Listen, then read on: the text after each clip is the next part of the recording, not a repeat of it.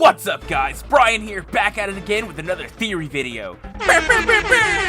Before we get into the video, I want you to go smash that like button with your thumb, so go do it now. I'm gonna give you 3 seconds. 3, 2, 1. Okay guys, let's get into the video now, but first, do you know that I have a merch store? Well, as a matter of fact, yes, I do have a merch store. You can find it at tidepod.orchis.com. Link in the description. Hey guys, I was hoping to finish this video in time for Mario Day on March 10th, but I just missed the deadline. Sorry about that. I hope you enjoyed the video anyway. A while back I did a video on the Mario timeline, but I left some things out, so I would like to talk about those aspects. In Super Mario Odyssey, Bowser's main goal is to kidnap Princess Peach and force her to marry him by collecting wedding materials from all over the planet. That being said, did you know that this isn't the first time that they would have gotten married in the Mario games? According to the Dark Prognosticus, an ancient tome in the Paper Mario games, a wedding between Bowser and Princess Peach would actually destroy the world, or at the very least create a rift large enough to alter reality and send Mario Tachi, which is Mario and his friends, you Gaijin Baka, all the way to Flipside. Now seems like a good time to talk about today's sponsor, NordVPN.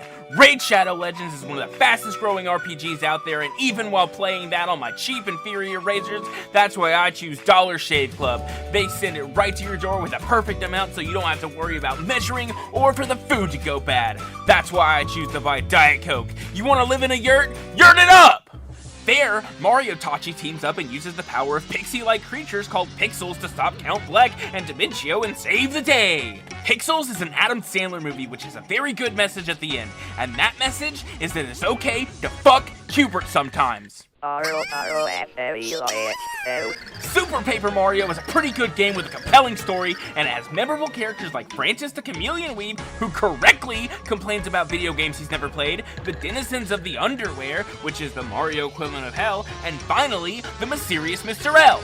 Nobody really knows who the Mysterious Mr. L is, unfortunately. It seems like the game repeatedly hints at his true identity, but never outright states it, which makes it one of the biggest and most compelling mysteries in all of video games. First off, let's explain who the Mysterious Mr. L is. In the game Super Paper Mario, Mr. L shows up and fights Mario Tachi by using his signature robotics such as his Brobot. These Brobots give Mario a run for his money, so to truly talk about how strong Mr. L really is, first we have to talk about how strong Mario is. Using the conventional Care Bear stat system, Caring 10, Mario is always ready to show a helping hand when it comes to his friends, the princess, going out of his way to do so, even when it's inconvenient, or if he just got out of the shower.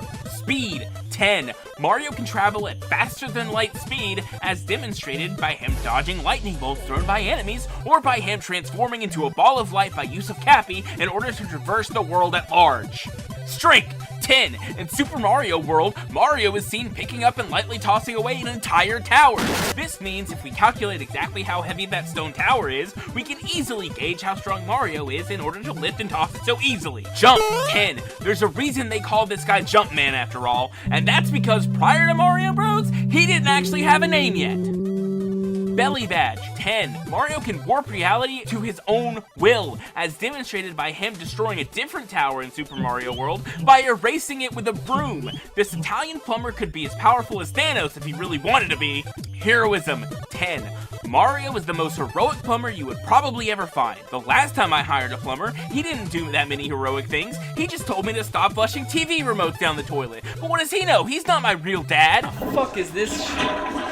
All that being said, the Mysterious Mr. L seems to not only become equal to Mario's strength, but depending on how much you suck at video games, he can even surpass Mario's skills, which is incredible to think about. But Evil Dimencio even utilizes this untapped power of Mr. L as written and foretold in the Dark Prognosticus in order to untap his true power and turn into Super Dimencio. Super Dimencio is one of the most powerful boss battles in the entire game, so that should show his true power, but the question remains, who is he? Our major hint towards his mysterious identity is that the other characters seem to think he's somehow familiar.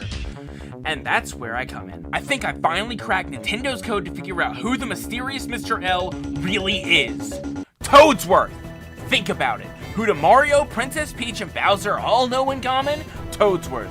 Toadsworth is the Mushroom Retainer, Princess Peach's confidant, meaning that he would have access to the castle and its many secrets. Due to this, it seems only logical that Toadsworth would have found the Dark Prognosticus in the libraries of the Mushroom Castle, as we saw them in Mario and Luigi Partners in Time. Also in Mario and Luigi Partners in Time, we see Toadsworth meeting his younger self through the power of time travel. I know what some of you were probably thinking when you saw the thumbnail, how could Toadsworth be Mr. L if their mustaches are different colors?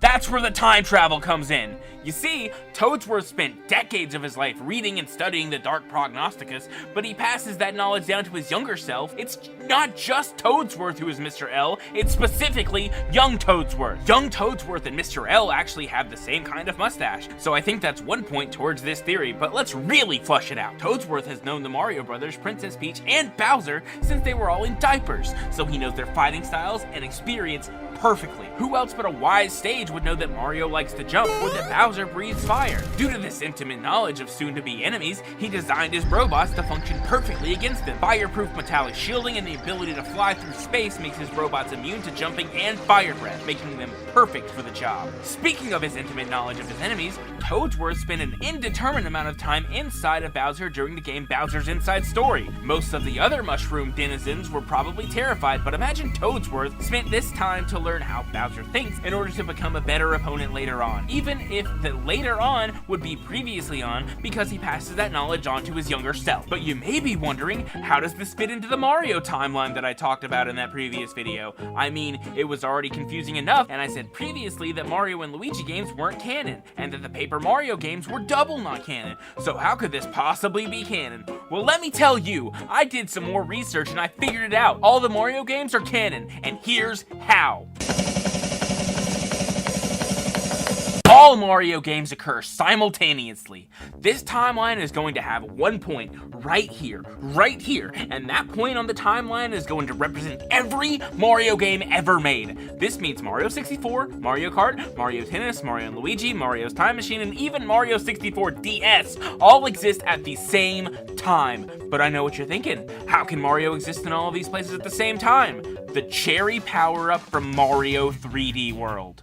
Now this may need some explanation, because at first it seems that when you use the cherry power-up, it makes it so you and the clones all act identically like a hive mind, but that goes into the topic of diegetic gameplay. In simple terms, diegetic refers to things happening in a fictional setting in such a way that an audience perceiving them may think they are actually different, or somehow match the audience's perception. A good example of this is music. In the new Super Mario Bros. Games, when the music goes bop bop, the enemies in the background will dance to it, as if they are also hearing the music in real time. If the Mario games were a dank, gritty hellscape like the fan fiction I wrote when I was 12, then they wouldn't be hearing this bop bop music in real time. Instead, they would only hear the machine guns and helicopters I would draw in the background of my notebook. But they do hear the music and act accordingly, making the music diegetic in nature. So that being said, Mario 3D World, when we see Mario getting the cherry power up and cloning himself up to 4 times, and the clones all seem to behave exactly the same as each other, you press right on the D-pad, all 4 Marios go right. You press jump on the D-pad, and all 4 Marios go jump. But here's the thing, Bowser's persona, Meowser, is able to move 4 copies of himself independently, each one moving and attacking on their own free will. How can this be? Well, it's simple. No one is pressing the D-pad to control him. And that's the point here. Consider in Mario Galaxy 2, when Rosalina controls Mario in order to show how a level is completed, the Mario she controls becomes static, like a puppet. You, the player, are doing the same thing. The reason all 4 Marios move to the right at the same time, you press the button, isn't because they're all the same mind, it's because they're all tied to that button because you're a sadistic bastard. So that's my theory. All of the Mario games exist simultaneously, especially the ones that wouldn't make sense to, including all the sequels happening at the same time as their precursors, and Baby Mario existing in the same time as his adult counterpart. I know it seems like a stretch, but you have to remember that in Mario Kart, Baby Mario and adult Mario can race side by side against each other. So yeah, the mysterious Mr. Ellis Toadsworth, using time travel to appear younger simultaneously as his older self, looks up information to give him previously in the past that exists soon. And as we all know, Professor Egad is actually King Boo, but enough of that, we'll save it for another time. Like that's ever gonna happen. What a load of...